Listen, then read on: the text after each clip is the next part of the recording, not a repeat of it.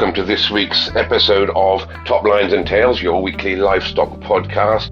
As always, we'd like to thank our sponsors, Harborough, for their kind continued support. It's only a few weeks ago since we lost maybe one of the greatest characters in the UK, if not the world livestock stage, Roley Fraser, and I hope his family won't mind that I delved back into the archives here, recording that I've had sitting on file now for some time, and it's fantastic. Please take a little bit of time and sit and pay respect and listen to one of the greatest minds within the livestock breed. In 2013, while researching for the Aberdeen Angus, I had the pleasure of talking with Roley Fraser in his house in Fife. An exceptional experience it was too. And we start by asking Roley a few formulaic questions, and then it really goes into freefall. And it's fantastic to hear about those heady days of Perth, and those days, of course, when Roley was in charge and sold some of the greatest cattle in the land.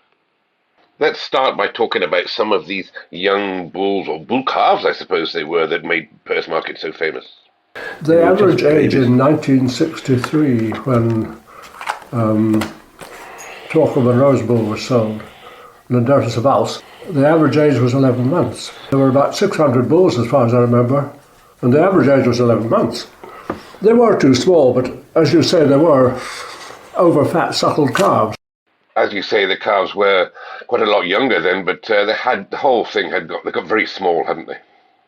The reason the Continentals came in was because all the home breeds had got too small. Shorthorns, Angus, they all got too small. The South Devon people, were hiding their light under a bushel, so to speak. I've often thought that if they had pushed their cattle, promoted their cattle about that time, they would have really taken off. There's some growthy cattle, and they still are, aren't they? So, Roley, let's go on and talk about the fantastic, the Perth Market itself. The old market was built in 1875, I found out. My grandfather and MacDonald built it. MacDonald actually died shortly after it was opened.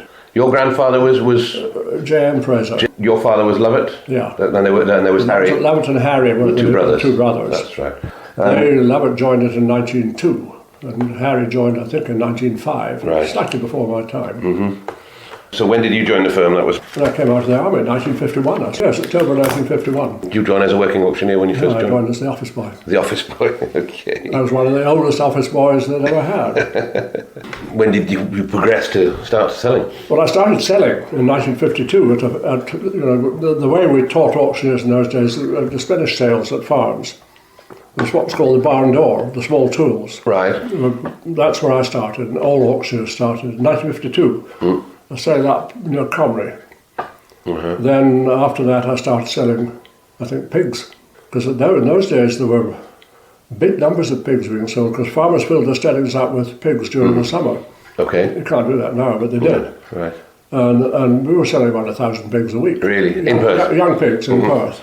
And that was the next stage. And then I went on to sheep. Right. And everyone thinks that all I ever sold were pedigree cattle. I sold sheep twice a week, every week. Really? Plus a few more. Yes.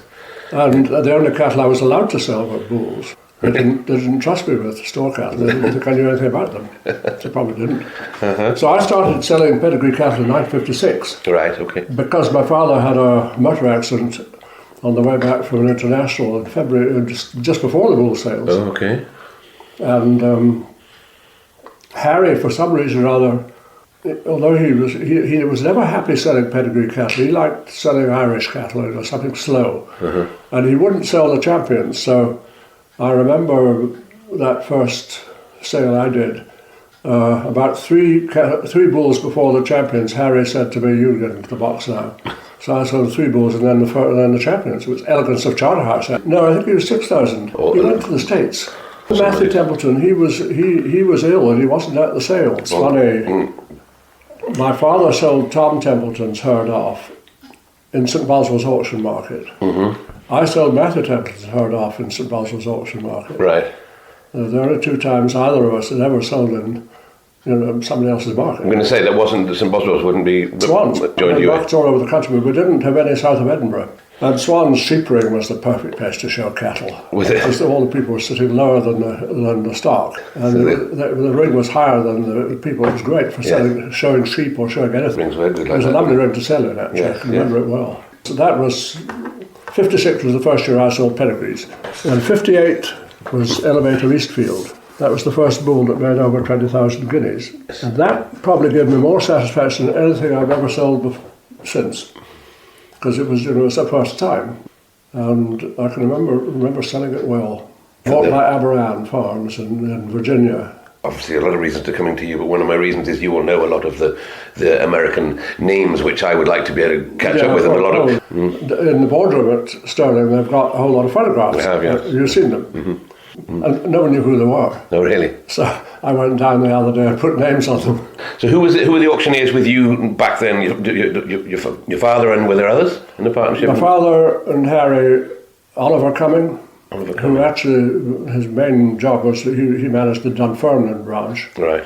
And when I first started, Norman Cree. Okay. But he died quite young. He had cancer of the stomach.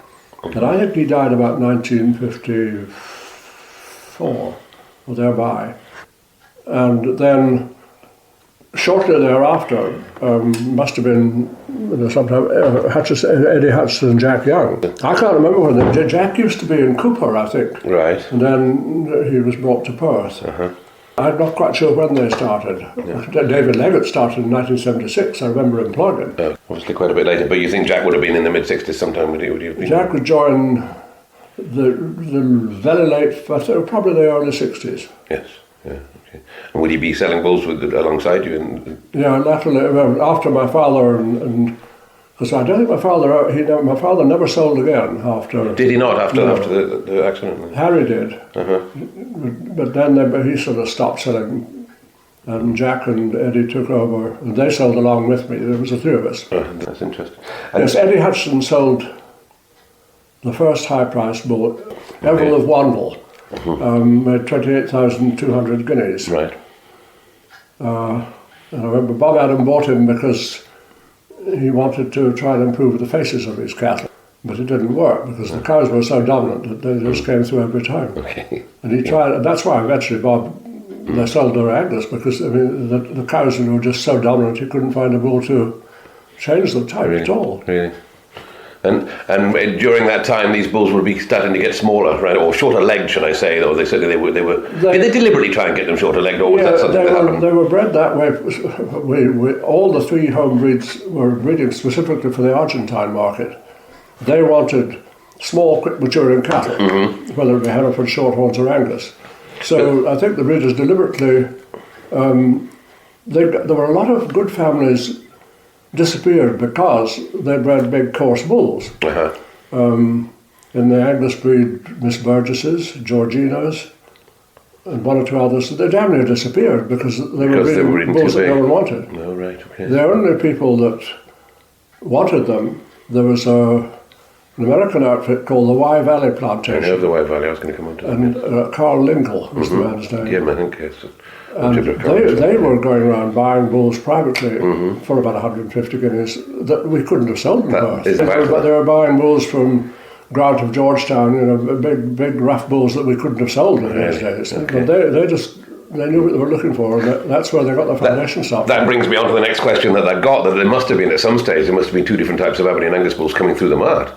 Because they must have been the smaller ones for the Argentine, and they must have been the bigger bulls, or did they not just bring them in? Everything just came in small. They didn't bring them in. And so the commercial men appeared to sway away, the commercial men in the UK appeared to sway away from the Angus because they were too small, so I would have thought, were they not sourcing the bigger bulls themselves? A lot of the bigger bulls were just cut because no one wanted them. Right. They were unfashionable. Yeah. And as I say, some of the best families and the Shorthorn breed too, I can't speak for Herefords too much, but a lot of the good families disappeared. Really? Yeah. Then the other thing that made them disappear was about the same time the Americans said Angus must be black, and anything with a white udder, forget it. Really? So again, one or two other good milking families were lost. I've heard a tale that Bob Adam had maybe said, or somebody had said, that what kept the Angus honest was the Shorthorn bulls that swum the Spey, and I think there was a little bit of Shorthorn that would have come into some of those white udders, would they be? I'll get on to that. Oh, I see, okay. Because I have very strong feelings about that. There was a bull, actually, there was a lot of funny stuff went on. There was a bull called a Mitre of Haymount. Oh, Mitre was bought to go to Blue Sky Farms. Tom bought me a picture. Well, when it got to the States, it was remarkable. He had a bit of white underneath it. Oh, I see. Okay. He didn't have it in Perth. I remember Sam Barr was the manager of Blue Sky Farms. I remember meeting him years later and we laughed about it. Uh-huh. He said he knew perfectly well that he had white because he'd seen him earlier when he was a calf. Oh, right. Okay. Now, well, I've been in the cattle showing business myself, so I understand those tricks that go on, but that is a little bit sharp if that's not what they're looking for. Well, but the Mitre actually, I think he was sold again.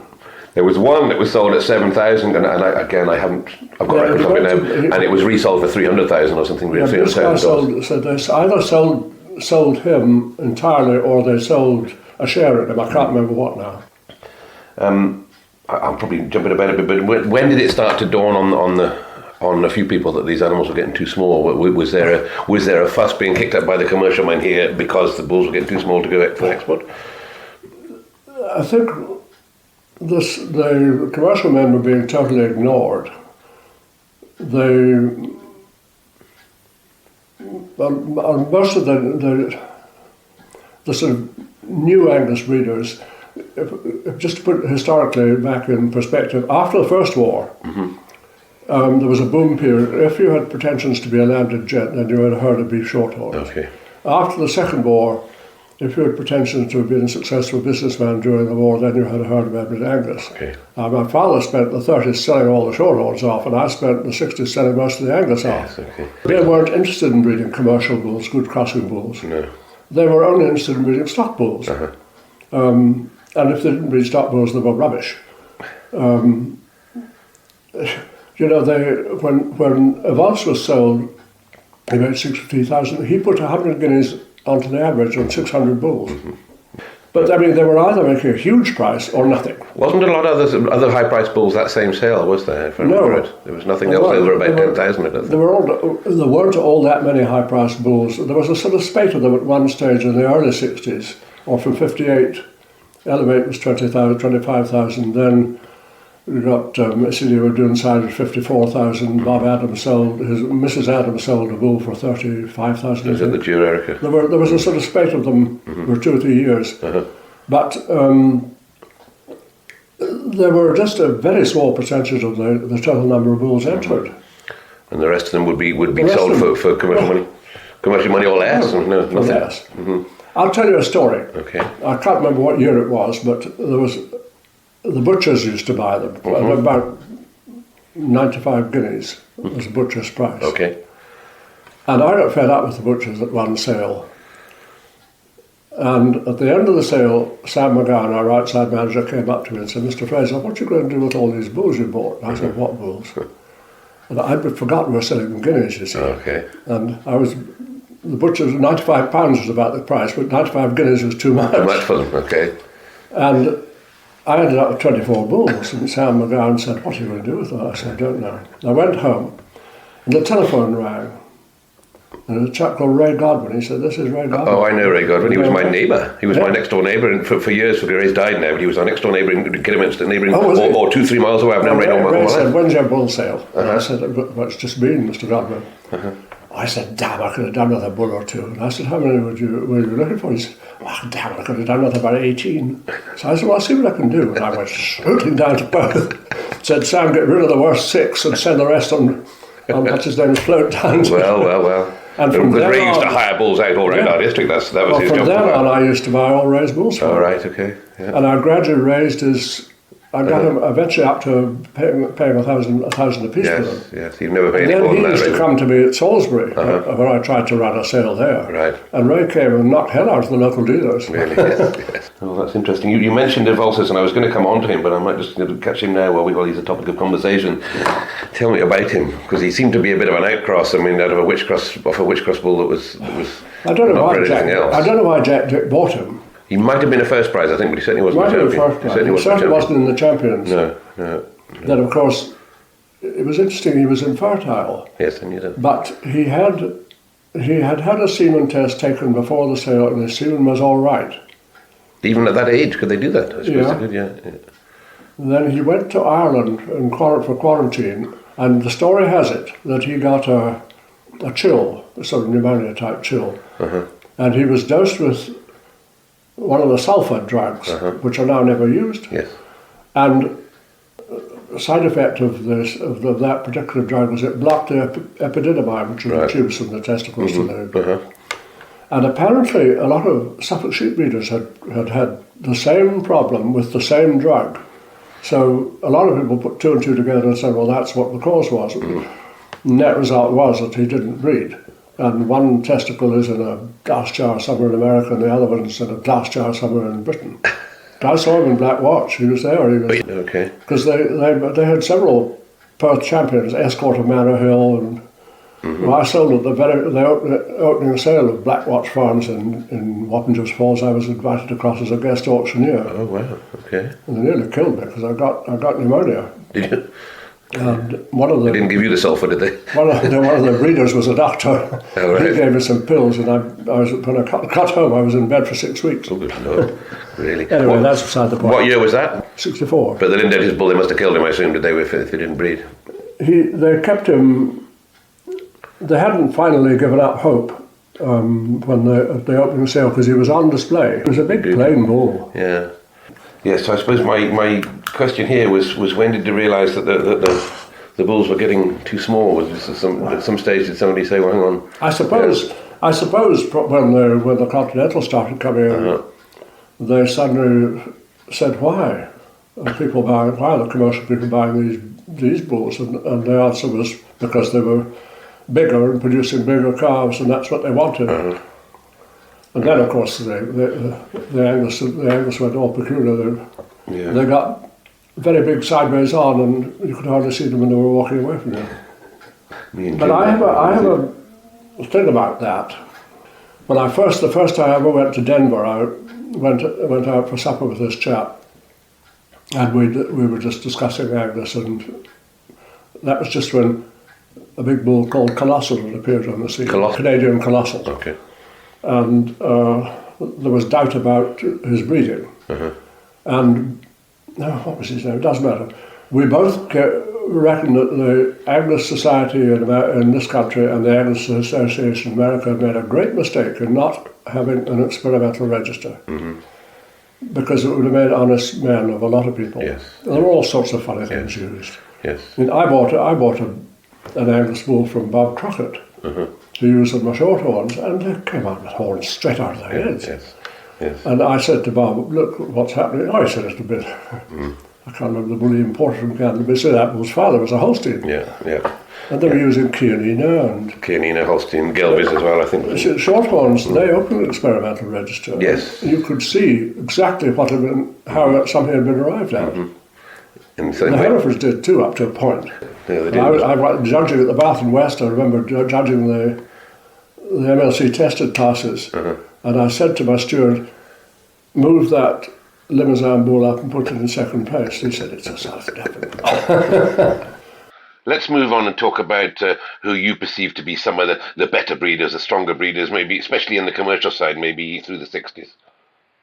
In the 50s, the late 50s, John Arnott at Haymarket was selling about 60 bulls a year to average 1,000 apiece. Because my father and I used to go down there regularly to see old John. And at one stage he had 90 bulls on the place. Good Lord, did he really? From calves up to ready to sell. Right. He was selling about 60 bulls a year to average 1,000 apiece. Wow.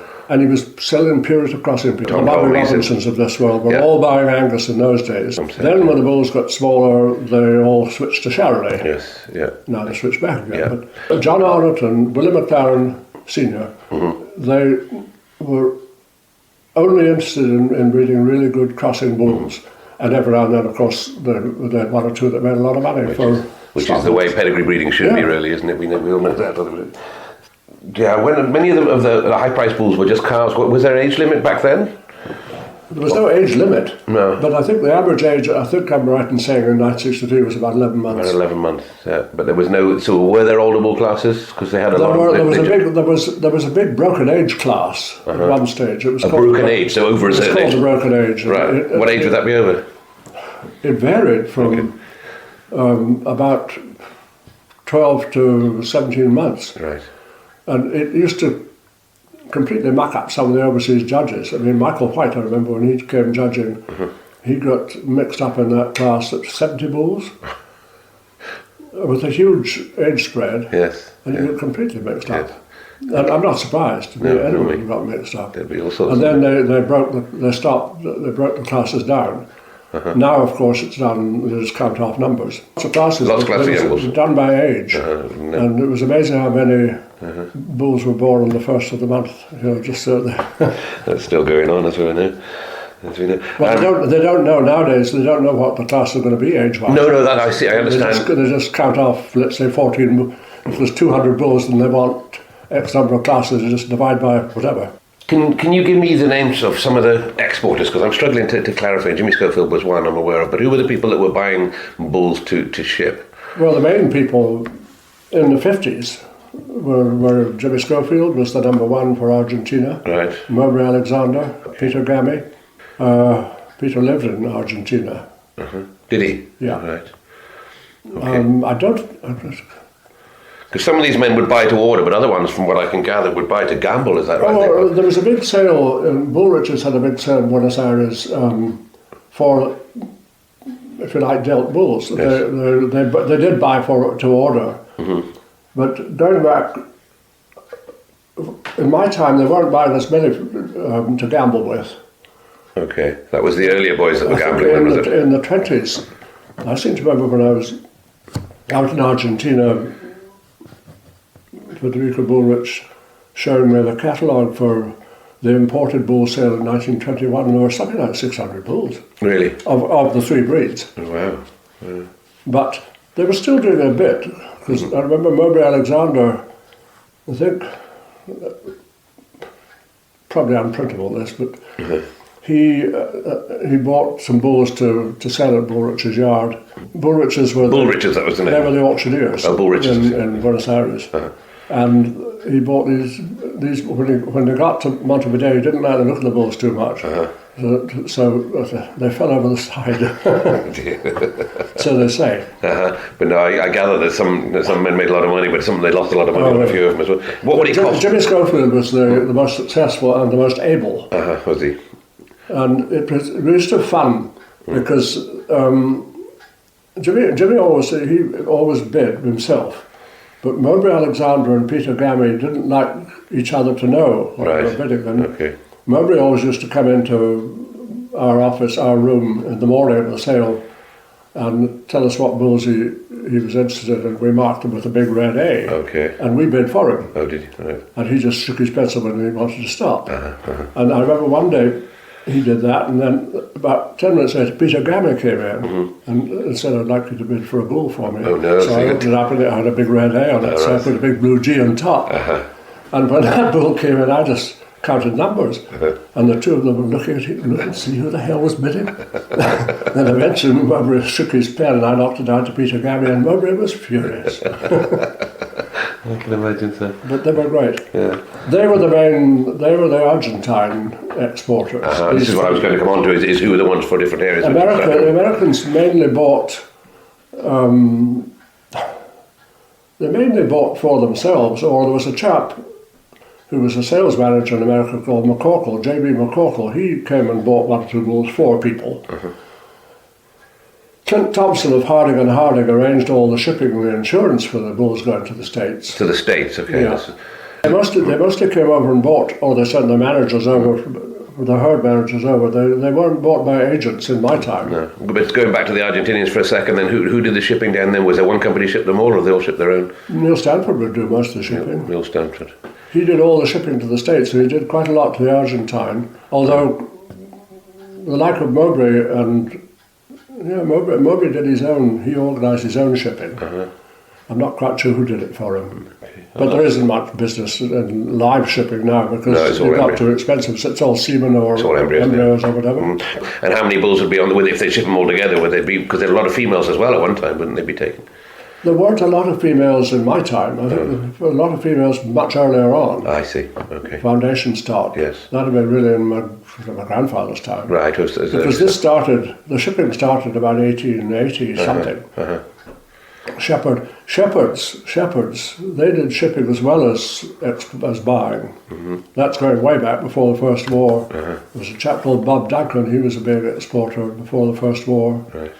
And McLennan, But there were people I never knew. But they would take, it seems that they would take a lot of females, and would they have robbed the breed over here by taking a lot of the good families away with them? Not to the extent that it happened to the Galloways more recently, with people exporting all their best ones to Germany. Germany, yes, yeah. And then foot and mouth came along and the rest were slaughtered, and it's made a right mess of some of the Galloway herds. The Highlanders had been a bit And the Belgian Galloways just damnably disappeared as a result of the two things. Yes.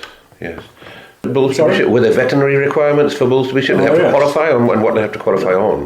But they were pretty straightforward. They were tested TB, Jones, which was... They were tested for Jones back then, were they? That's interesting. But it wasn't, I mean, no one paid much attention to that because it wasn't, and still they haven't got a proper test for it. Yeah. They used to reckon that if a bull was high in its avian and failed the crumple fixation test, that it would probably have Jones disease. Oh, I see, okay. But it didn't necessarily follow. No. And it didn't follow that if it didn't have a high avian and passed the cup fixation test, it didn't have Jones. So a lot of the bulls would have gone out there with Jones, basically. Yeah, but brucellosis, of course, they had... Brucellosis as well, yeah. But those, they wouldn't be... They'd be TB about it. There wouldn't be a lot of brucellosis back then, but that'd be later, wouldn't it? In my time, yeah, because I can't remember when brucellosis testing came in. I remember us testing all the time. We used to run 500 and bull beef through the farm, and I remember us testing 60s. regularly, but I would in the 70s when I remember it, so just what it was. Well, I'm trying to remember because Aberdeenshire was one of the last parts of the country to go brucellosis free. Okay. And in the old days, and even just in my time, there were no bulls sold in the autumn in Perth, or anywhere else for that matter. They were all sold in the spring. Yes. But there were big female sales in Aberdeen and big female sales in the autumn in Perth.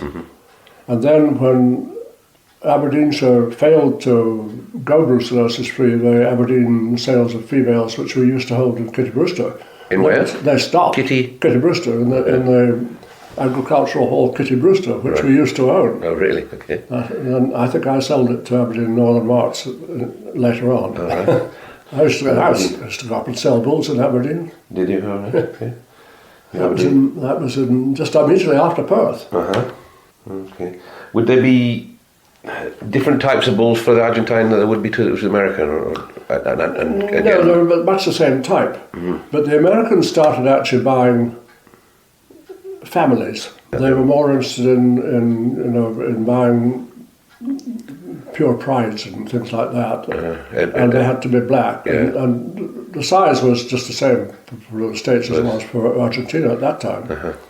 But the Americans wanted families, and certain families they didn't want. Can you remember which family? Somebody mentioned it yesterday, and I've probably got it. Prides and Joanna Ericas and Joannas and all the fashionable names. They were the ones they wanted. The pure pride of Gay Drew was to Ankeny. I think it went to Ankeny. All the bulls weren't small. There was a bull sold privately to Ankeny from Belladrum, Ballot of Belladrum. Now, Ballot was sold privately by Colonel Mary Belladrum, went to Leishman at Ankeny Farms. And in 1954, my father and I went to the States, and we went round a few herds of Angus and Shorthorn. And I've got somewhere in this house, I will have a photograph of my father standing beside Ballot. And my father was over 6 feet, and Ballot was a big bull. Was he? Okay. In spite of the fact everyone said bulls were too small, Ballot was a big bull. And that was Leishman that had him, was it? He was, Ankeny Farms. Alan Ryan and Lee Leishman were partners at Ankeny Farms originally.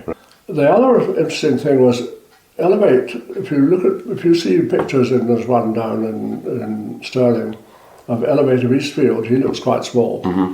He was, I think he was only about 11 months, but I saw Elevate about 3 years later in America, and he was a big bull. Was he? Okay. He grew. So these bulls were growing on. And he bred bloody well too. He grew. A small bull here. Yeah, was he? He looked at it, but he was just a young cub. Yeah. Well, they tried to make them look small as well. I mean, they were so high a straw underneath them just to try to make them look small. So, the bull that started Tom Bruce, his father's herd, really was a bull called Newhouse Edward Ericsson. Edward Ericsson, okay. Which Matthew Templeton, go back a wee bit, Bob Adam used to sell the bulls he didn't think were fit for Perth. He sent them up to Aberdeen. All right. In the hopes that no one would sort of buy them except crossing men. Right. And Matthew Templeton went up to Aberdeen because he knew Ericsson was going there. Uh-huh. And my father was selling, and I think I'm right in saying that Matthew Templeton was out at 1,300 guineas. And my father said, you need him, Matthew, I'll just put in a bid for you. And went to 1,400 and knocked it down to Matthew Templeton. Right. And Matthew was furious. But that bull went home, did hellish well at Charterhouse, but it made the Eastfield herd. Right. It really made it. Okay. Because they shared the bull. Oh, they shared it between them. Yeah. Okay. What about, just while on the exports, what about the South Africans and the Kiwis? Because obviously they were buying as well, but they'd be buying different. There was one, the Kiwis didn't buy much. Late towards the end of the 60s, I seem to think. The 64 would be the centenary of the bull sales, and Jack Evans judged the Angus and the Shorthorns, and there were 2 or 3 New Zealanders bought the year before, that year and the year after. Okay. But they were the people that were buying them disappeared off the scene. Mm-hmm. Mm-hmm. They were buying fashionable small bulls again. Right. Most of the good New Zealand herds they bought in this country in the 30s, Yes. Uh-huh. and they didn't buy the smaller bulls in the 50s and in other words ruin their own cattle. Yes, yes. They kept their cattle big and just didn't import from Britain, except for these 1 or 2 people who did, and they've never been heard of since. And when they've started improving, then a lot of their genetics came back from Canada and the US, I believe. So I mean, a lot of the New Zealand cattle are coming in. I'm not sure how much that improved them. No, a lot of the New Zealand genetics that are coming in now, a lot of them are from female histories going back, as you said, 60, 70 years, but it's American bulls in the last 5 or 6 years, or the last 5 generations. The best herd I ever saw in New Zealand was Tamania. Tamania, yes, I know. Frank Wilding. Then, of course, Tamania in Australia was Frank Wilding's sister. One or 2 people. There was a chap called Mackenzie used to buy for South Africa. Uh-huh. But I think he was in Zimbabwe, but I'm not sure. But there weren't very many black bulls, or 1 or 2 shorthorns going to South Africa. Mm-hmm. Not very many Angus bulls. Mackenzie's the only chap I can think of. Uh-huh. Okay. Australia, they didn't buy much. No, they were more Hereford focused, I think, would they be? They bought Hereford. They bought 1 or 2 shorthorns. Mm-hmm. There was a chap, Lou Harris, Sir Lou Harris. He came across in 1953 as joint manager of they weren't called All Blacks then, the Kiwi rugby team. Oh, right, okay. And he went home with 2 tiger moths and 2 shorthorn bulls and started crop spraying. Really? But I went up to his place. He had 1,000 shorthorn cows. Really? Wow. And he bred, as he were doing sheep, he lug-marked them. Uh-huh. And he would cross a back half bull with 4 half cows and so on like that. Uh-huh. He had a super herd of cattle. Yeah, yeah. But he'd be further north then, would he was up Hastings, where Napier actually. Oh, we're back we're in New Zealand again, sorry. New Zealand. Sorry, Napier, not Hastings, he was up Napier. Yeah. But anyway, that's beside. There weren't too many cattle going from this country to Australia or New Zealand. Yeah. And likewise, if you're coming back, but I wondered why that was, whether it was health issues, because I took Belgium. Think they were quite happy with what they had. That's probably a good reason as any, isn't it? Then Tamania, you see, Frank Wilding's sister started the Tamania herd in Australia, which is the best herd of cattle I've seen in Australia. Uh-huh. I sold Blacks again, or shorthorns? Blacks. Mm-hmm. I sold a bull for her in 1978 as a guest auctioneer out there. Uh-huh. Right. But, no, they didn't buy too many. In New Zealand, the good breeders in New Zealand didn't buy much from this country after the war. Yeah. They had good cattle of their own. Yes, yeah. In fact, if you look back at some of the photographs of the cattle in this country in the 30s, they're what we're selling now. Yes, yes, I've seen good cattle. Certainly look. Well, as someone said, it's easier to put quality on size than size on quality. Absolutely. That's why it took so long to get the size back in again. Right, the Irish cattle I was going to go into, because I think Ireland managed to keep a bit of size about their breed as well without diluting it too much to the small one. But when did they start bringing cattle, or did they always bring cattle to Perth, as the Irish boys? No, they didn't. We didn't. In my time, we didn't sell all that many Irish cattle in that period, in the 60s and 70s. There were very few Irish cattle coming across. Walter Short would be one of the few people who brought Angus across. Uh-huh. There was a big split, of course. You see, the Irish Angus Society started, and they were buying American cattle, pure American cattle. Could they buy this? Because one of the reasons was we couldn't get cattle in from America. That's why I was getting from Canada. The Irish could. The Irish could get them in, could they? Well, that will make a bit of cross-border trade going on then, I guess.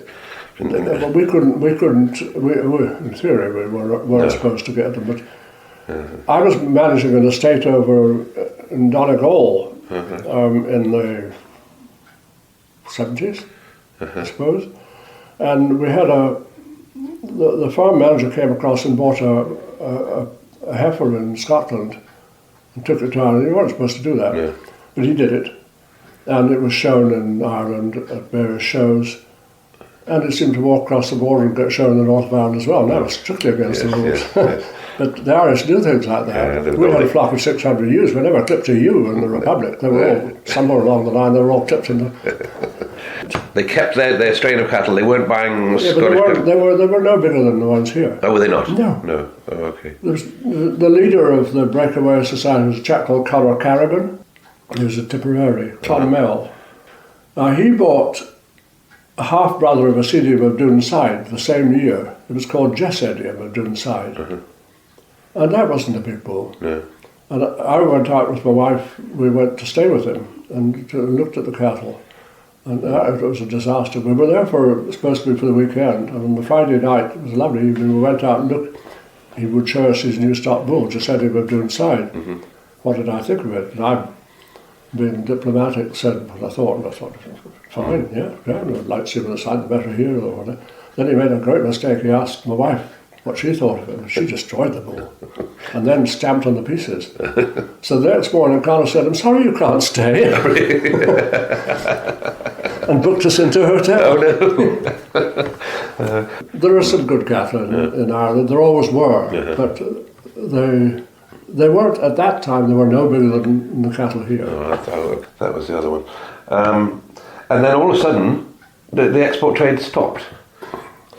It stopped for various reasons. One reason was that the main reason people were importing cattle from these countries, or whatever country like, was to improve their stock, to get it up to a certain standard. Well, eventually they got to the standard they wanted to, and they didn't need to buy it. And that's as simple as that? That was one reason. The other reason was that the price of shipping animals went through the roof. It was basically because they bought all the cattle they needed to, and then the whole thing turned around. We started buying back. Yes, I know. So, although we never bought a lot back from Argentina, and still haven't, which amazes me. Well, I don't think you're allowed to. Well, I suppose it's down to the laws because we couldn't buy out of America. Foot and mouth. Yes. No, that's why it's, all beef that's imported from Argentina has to be off the bone. Right. For that reason. Yeah, they have stuff. They vaccinate for it there, don't they? So therefore, it's an endemic problem, isn't it? When in '61, when I first went out there, we went for a trip around the leaving estates, which were basically Hereford or Santa Gertrudis. And one place we went to, they were in the middle of a foot and mouth outbreak. Were they? And I brought back a couple of rawhide bridles, which was totally against the law. To the forefront. Well, I took an airplane load of cattle out to China in, '76? Okay. I think. Angus, Shorthorns? 3 breeds. Right. Angus, Shorthorn and Herefords. 70 cattle. I flew them out from Gatwick. I went with them. Really? It was quite an interesting journey. Yes, I would say. Certainly. The airplane cost me 28,000. Really? That's all. Wow. And what? I've basically come around full circle now to Campbell Graham bringing the first cattle back in '71. His father, actually, John Graham. He brought the whole of a show team, the show street, and I sold him a farm. Fife and McGrath was the business. Nuts and bolts. Right, is that what they did? As Nuts and Bolts Graham. Oh, really? Okay. The father was. Right. Do you know what the Dunkeld House Hotel is? Yes. Well, that was Tangier. That was bought by a chap called. That used to belong to a chap called Mickey Gold, Tangier Park. He had an Angus herd, a pretty bad one, and I sold that farm to John Graham, lock, stock, and barrel, and that's John Graham kept, and Campbell Graham subsequently kept the prefix Tangier. Right. Okay. And they imported a bull Well, John Graham imported the whole of the show team from this herd, I can't remember the name, in Canada. And then he bought a bull called Mariner. It was called, he imported a bull from Canada, and it was called Mariner of Tangier. And that was a good bull. That bull actually did well on the Newhouse cows. But by that time, the Newhouse cows had just about been to be sold. But one of those, I think, Tangier bulls was sold actually in Perth, wasn't it? Would that be the one? Yeah. The one I certainly saw. The one was top price in Perth, I think, in 70-something. Yes, I don't remember what that bull was, but yes, that was in John Graham's time. Then Campbell Graham took over, and Campbell actually was, I think, more interested and probably better with his shorthorns than his Angus. Okay. So what was your opinion of the first cattle that came in then? I mean, how did I remember that showed that string of females was they were bloody good cattle. They were big, but they had quality about them. They were big. They were good big cattle, and they were pure Angus. But then you see what happened was, because the breeders in this country were looking for size, there were all sorts of funny things came out of the backwoods of Canada. And you wouldn't know how they were bred. No, right. And that, Canadian Colossal, the very first big bull that came out of the backwoods, I believe that he was actually a purebred Angus. He was a kind of a sport. Drew Adam and I were over at Denver at the National Western, and we went up to see this bull. Dave Canning was a sales manager and a bit of a sort of dealer chap. And he took us up to see the bull, and we looked at it, and I remember he said to Drew, "What do you think of the bull, Mr. Adam?" And Drew looked round him again. He said, "Well, he's big." He was a pretty plain old bugger. Yeah. Funnily enough, Elevator Eastfield was bred to a lot of the daughters of Canadian Colossal, and that was a great success. Because they combined the size and got the quality back in. Put the quality back into them, so it went that way. But then you see all the others tried to imitate and produce big bulls, and as I said, the Williams and Holsteins, God knows, Romeo, everything. And then you mentioned shorthorns coming in, shorthorns crossing the Spey. Yes. There was a bull, I can't think what year it was, but it would be in the late 60s maybe. Sir Alfred Goodson bought a bull in Perth for 12,000 from a small breeder in Aberdeenshire. And he was a bloody good bull, he was big. But he was a decent bull. And 2 years later I went down to see the first calves of this that were coming to Perth, and they were thumping calves. They weren't clipped out or anything, they were just there. They were big, decent calves, and they never came to Perth. And it turned out that when they clipped them, they all got the stumps horrid. And it turned out their father was half shorthorn. And the chap, I can't remember his name, it's just as well maybe, the breeder in Aberdeen, he was thrown out of the herd. Oh, right, okay. So they started to police it in those days. Well, I think going back in the 20s, I think it could get away with having breeder unknown on the pedigree. But I don't know why, if they just had an experimental registry, you could have said what you'd done. Yes. And inevitably, if you cross two pure breeds, you unless you cross a Holstein with a Jersey or something, you're going to get the best of both breeds. If you select. And the Shorthorn and Angus are so complementary to each other that that was the obvious thing to do. Except at that time the Shorthorns are too small as well on the whole. Yeah, which is why the Canadians, who didn't have the rule book that we had, is why the Canadians were allowed carte blanche to breed anything and do anything and get away with it. But they wrote, they're in the Angus breed, they didn't. Shorthorn breed, in the Shorthorn breed, you saw exactly what they were doing. Yeah, no, in the Angus breed they didn't do that. It's a great shame. We used to sell a hell of a lot of Canadian store cattle before the war. I don't know if somebody realised that or not. No, I didn't, no. But they used to come over by the boatload. Really? Great big raw Hereford cross cattle. Oh, I didn't know that. And Ken Clark, who was with Jim Lingle, he used to come over with shipments of store cattle from Canada before the war. Right, okay. And they used to come to Liverpool, and then they were bought by the auctioneers, my grandfather or McDougall of Midland Marts, and they took them and sold them and hoped to make money off them. Wow, I didn't know that. No, I didn't know they. And Ken Clark, he once asked me to go over and deliver a paper at some conference in the States, near Washington. The first Canadian influenced bulls reached Perth in about 76 or 77, would that be right? Yeah, but no later than that.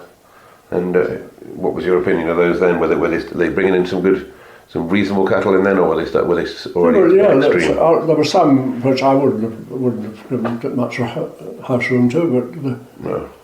I can't remember the names of them now. Okay. Tom Bruce, he found 2 big bulls in the north of England, whose names I forget, about the same time, and they had quite an influence. Right. Okay.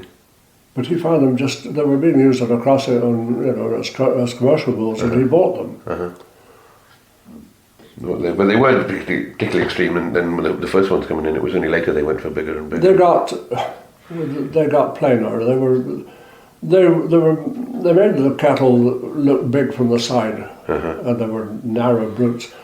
But then the old story of it's easier to put size on quality on size than size and quality came into play, and they got them so big and tall that it was easier to refine them. Sure. You can't go the other way, but you can bring them. Absolutely, which they're doing now. Which they are still doing. They're doing now. They come down again, aren't they? Which is a bit we'll come on to in a second. There's still too many bad ones around, though. No, absolutely.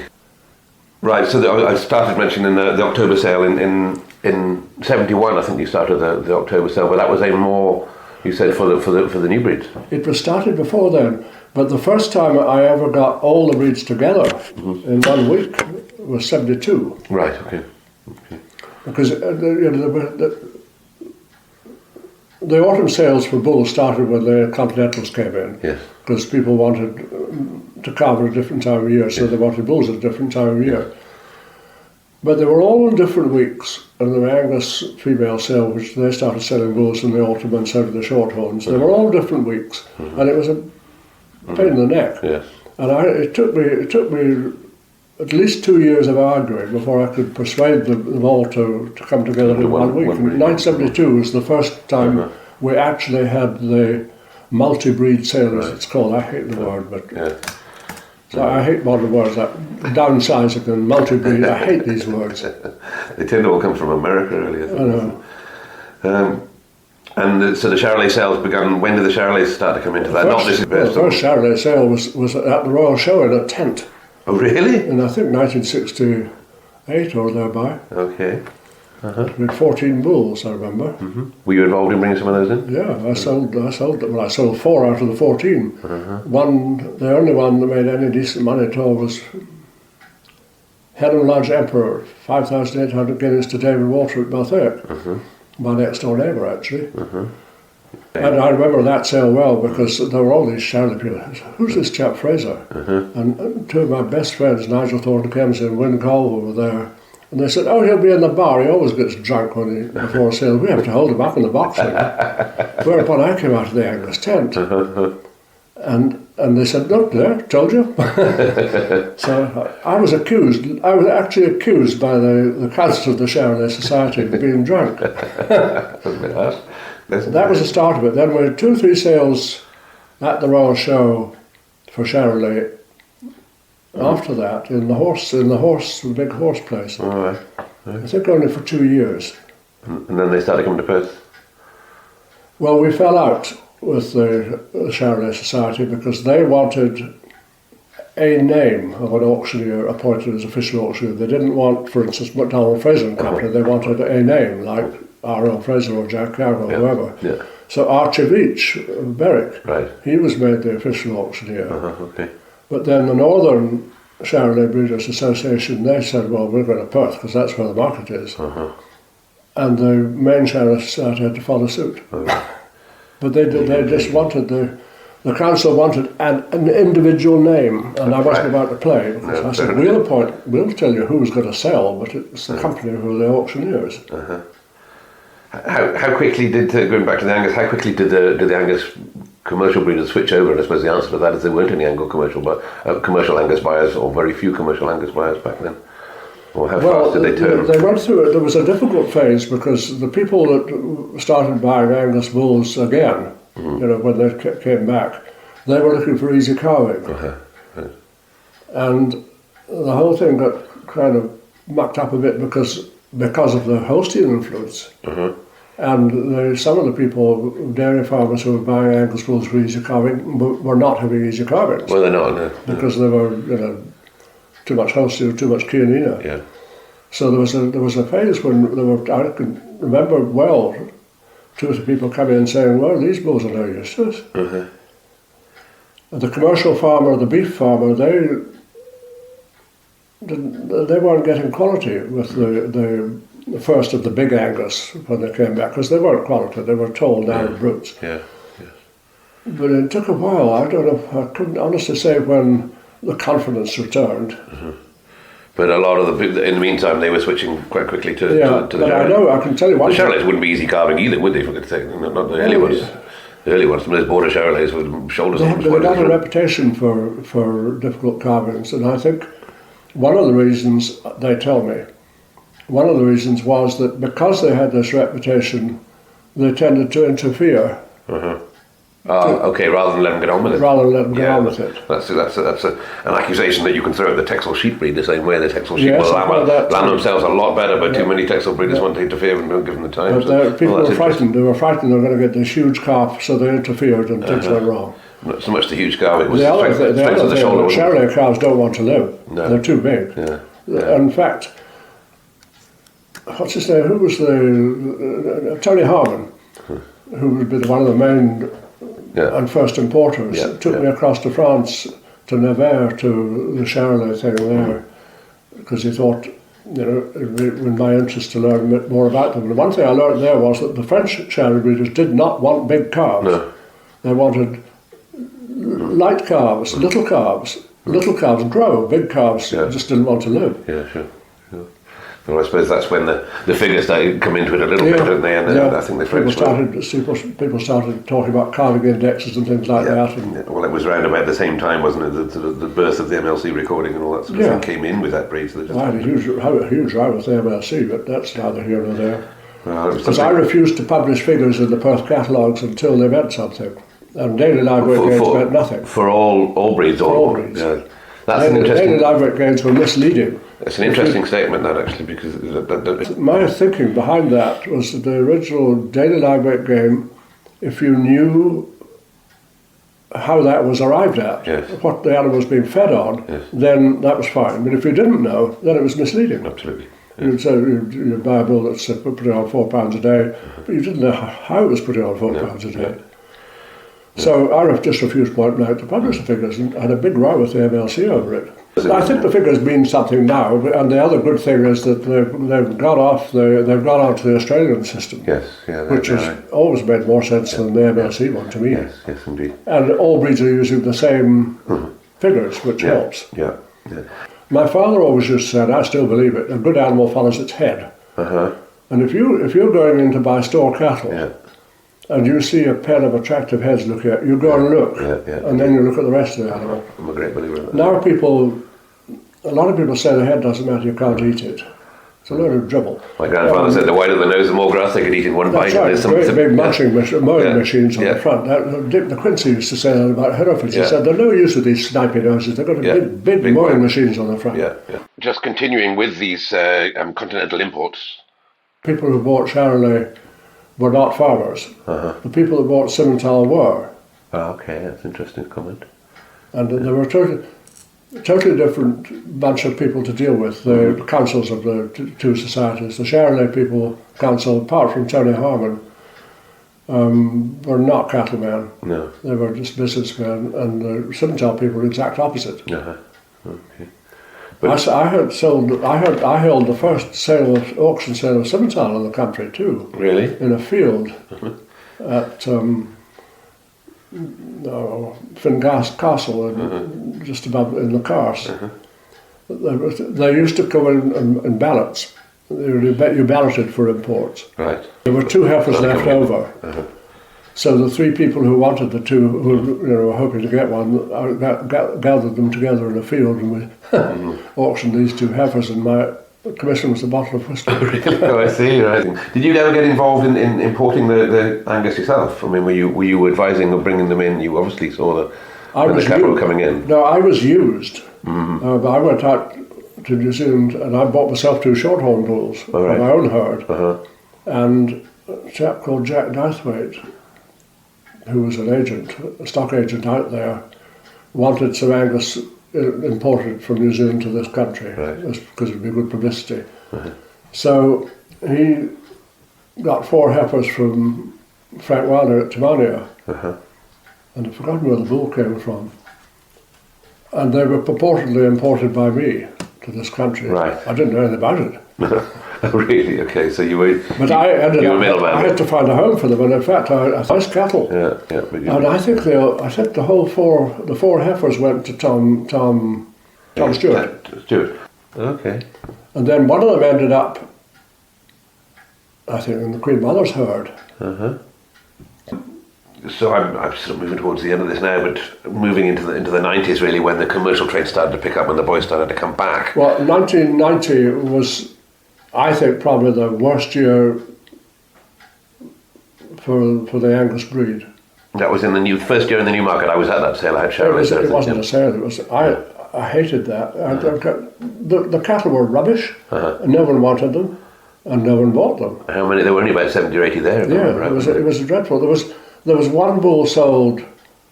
Alan McCaig sold it, and that was a phony sale. Yeah. And that was the only one. Well, not the only one, but the only one of any. It was a dreadful sale, that, and the cattle were really bad. They were they were just tall, useless things.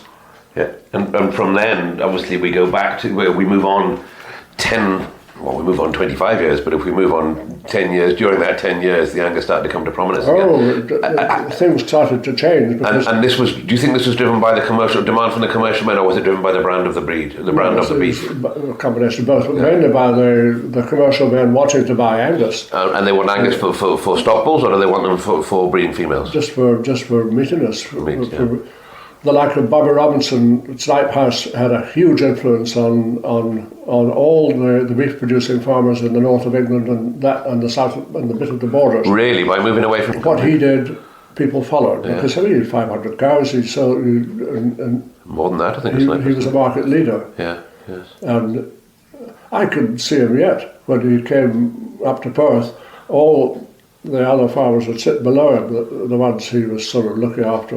Or we're looking up to him, yeah. And Bobby sat up the top with his long stick, and when the bull came in, he thought suited that farmer, he poked him in the chap bit. Really? And, yeah, it was wonderful. The character of a man he was. So he would be one of the men the commercial men who would be influenced. And I suppose if you multiply him by 2 or 3 around the country, they would be the ones. Others. I mean, Macintosh down at Stranraer.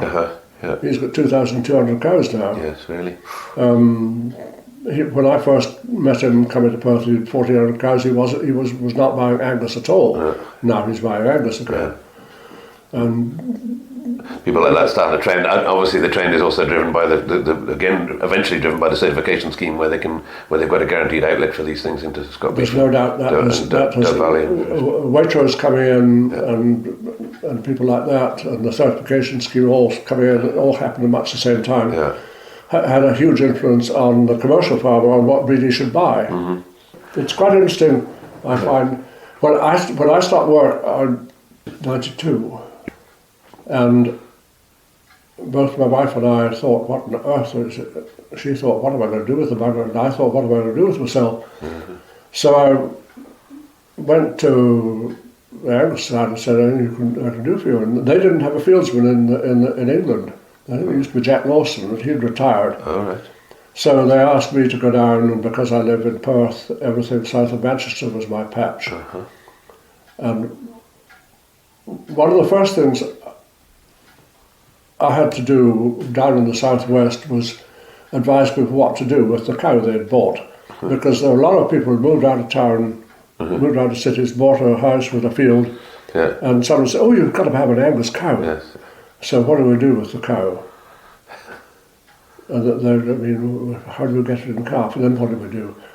And actually, I said, I'll tell you what you do with the cow. You sell it and buy a steer if you want something to look at. And I put a whole lot of people out of the breed altogether. Really? People who should never have been in. Yeah, sure. And it was quite interesting. And then some really good people started breeding cattle. Last September, I was asked to do the herd judging competition for the Southwest Club. I had 27 herds to visit in 4 days. Wow. Between Cornwall and Wiltshire. Yeah, it's a nice part of the world. Borrowed my old car from my son who lives down in Wales and put 1,150 miles on the clock. But it was fascinating because I saw a lot of good cattle. Yeah, yes. Really good cattle down in the southwest. They are.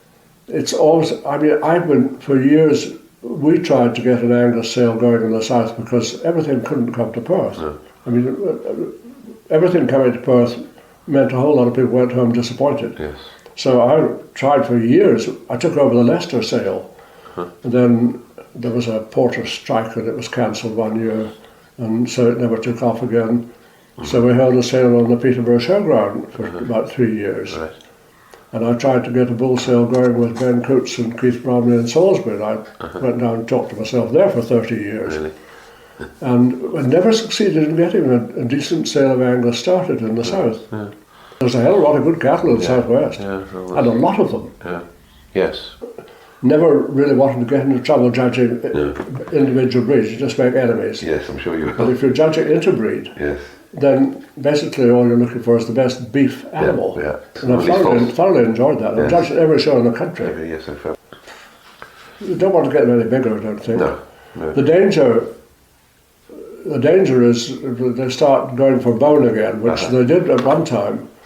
And you know, my grandfather said years ago what the people should be aiming to do is breed cattle with the maximum amount of flesh on the minimum amount of bone. Yeah. And the Angus breed has nice flat flesh-carrying bone. But there was a danger at one time that they were going too much for bone. They were going to get this big round bone which doesn't carry flesh, and you can't eat bone. No, quite. And there's too much daylight underneath them. And so I think they've got them about right out in my book. It's interesting. That's been most interesting, certainly talking to you, and I was looking for. I have to say that I hope you enjoyed as much as I did, because I thoroughly enjoyed my time there talking to Roley Fraser, and I will openly admit that a lot of the knowledge that I have within the Aberdeen Angus breed comes very much from that particular conversation. So please remember that this recording was made nearly 10 years ago. So I hope you join me in paying respect to one of the greatest men within the UK industry, and our condolences do go to his family since his sad loss. As always, we'd like to thank our sponsors, Harbro, suppliers and manufacturers of quality livestock nutrition. And please join us on the 16th of November, when I will actually be hoping to bring you a live broadcast from Harbro's trade stand in and around the Agri-Scott event in Edinburgh. So if you can be there, pop in and say hello. It'd be great to speak to you. And also, of course, speaking to the Harbro's representatives and everybody else that will be in and around that great event. And if you can't make it, then hopefully tune in here within a week or two, and we'll have that live broadcast available for you. Don't forget to tune into our Facebook page, Top Lines and Tails, there for notes, photographs and various other information regarding this and other previous episodes. Thanks.